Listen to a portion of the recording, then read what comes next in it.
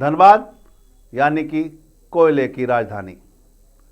यहाँ पर कोयले का खनक पूरे देश में गूंजती है, तो वहीं अवैध कोयले का कारोबार भी चरम पर है और इसी का नतीजा है कि आज अवैध कोयले के कारोबार को लेकर ईडी की दबिश धनबाद में हुई है और पूरे झारखंड सहित बंगाल में ईडी की रेड जारी है।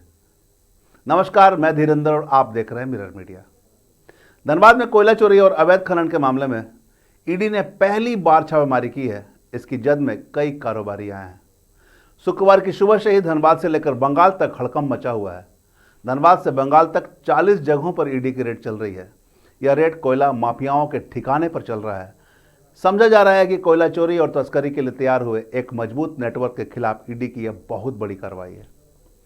कोयला के मामले में इतने बड़े स्तर पर अब तक कार्रवाई नहीं हुई थी। वहीं इस कार्रवाई को निरसा विधायक अरूप चटर्जी ने सराहनीय बताया है और एलवी सिंह द्वारा हो रहे कोयला चोरी का भंडाफोड़ किया है। साथ ही धनबाद के एक जनप्रतिनिधि पर भी उन्होंने आरोप लगाए हैं। साथ ही अधिकारियों की भी भूमिका पर सवाल खड़े किए हैं।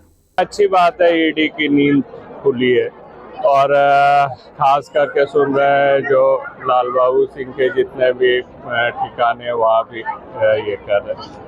लेकिन समस्या ये है, जो अगर कोयला चोरी को देखे, तमाम चीज़ों को देखे, 8 माइंस चलती है उनके एरिया में और ये 8 माइंस की सीमांकन नहीं है।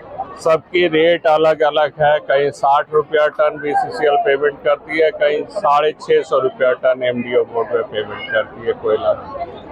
और जिस भी माइन से उठी वो एमडीओ मोड के नाम पे वो जारी बिलिंग हो रही है, तो उनको स्वाभाविक बात है 50 रुपया 60 रुपया कोयला जो है 650 रुपया ये बिलिंग हो रही है। तमाम माइंस की सीमांकन कर रहा है।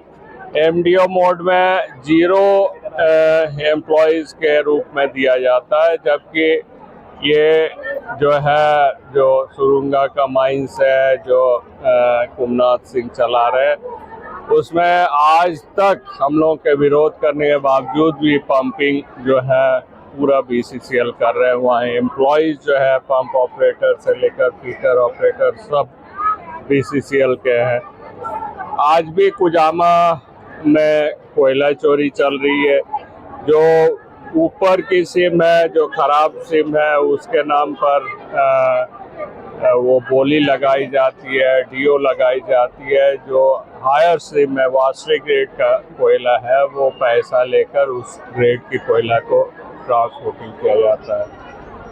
दुर्भाग्य है जो सीबीआई की ऑफिस धनबाद में है, सीबीआई एसपी लाल बाबू सिंह की कोठी के बगल वाले कोठी में रहते हैं, लेकिन सबको जानकारी होने के बावजूद भी ना सीबीआई ना ईडी कभी भी इसके ऊपर एक्शन लेते हैं। तो अगर कोयला चोरों को पकड़ना है, अगर गलत चीज़ों को पकड़ना है, जहाँ खरबों खरब रुपया की हेरा फेरी होती है, ऐसे चीज़ों को पकड़ना है, तो ऐसे तत्वों के ऊपर ईडी सीबीआई को शिकंजा कसना चाहिए। ऐसे लोगों के ऊपर शिकंजा कसना चाहिए।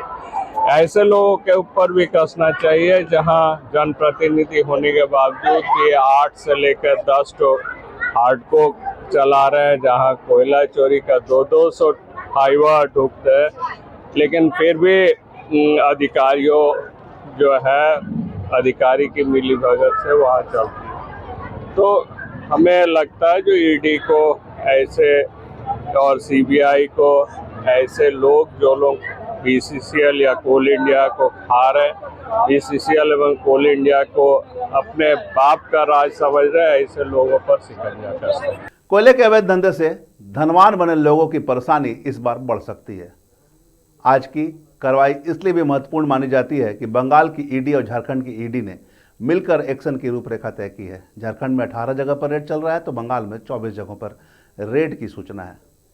ईडी की इस कार्रवाई में अगर कोयला अधिकारियों के साथ साथ सफ़ेद पोस्ट बने लोगों की पोल पट्टी खुल जाए तो कोई आश्चर्य की बात नहीं। हालांकि धनबाद में कोयले की काली कमाई के लालच में ही अधिकारी भी अपना ऊंची बोली लगाकर तबादला करा धनबाद पहुंचते हैं, तो वहीं राजनीति में भी लोगों की इसी कोयले की काली कमाई से एंट्री होती है। अगर कोयले की काली कमाई नहीं हो तो कई लोगों को अपनी राजनीति चमकाने में भी पसीना छूट सकता है। बहरहाल आज की हुई ईडी की इस कार्रवाई में क्या कुछ कंक्लूजन निकलता है, किस प्रकार की जांच होती है और जो करोड़ों के घोटाले के बाद सामने आ रही है उसमें क्या कुछ सच्चाई निकलकर सामने आती है, साथ ही किन किन लोगों की संलिप्तता है, कौन कौन कोयला माफिया के नाम आते हैं जो कोयला तस्करी में शामिल होकर करोड़ों की उगाही कर रहे हैं, क्योंकि कहीं ना कहीं करोड़ों के स्कैम के मामले सामने आए। ऐसे में कौन ऐसे कोयला तस्कर हैं जिन्होंने अरबों खरबों रुपया कोयला तस्करी में कमा रखा है, उनके नाम कितने जल्दी उजागर होते हैं और क्या कुछ जांच में सच्चाई सामने निकल कर आती है, यह देखना होगा। हम तमाम इससे जुड़ी खबरों से आपको अपडेट करवाते रहेंगे। बने रहें मिरर मीडिया के साथ।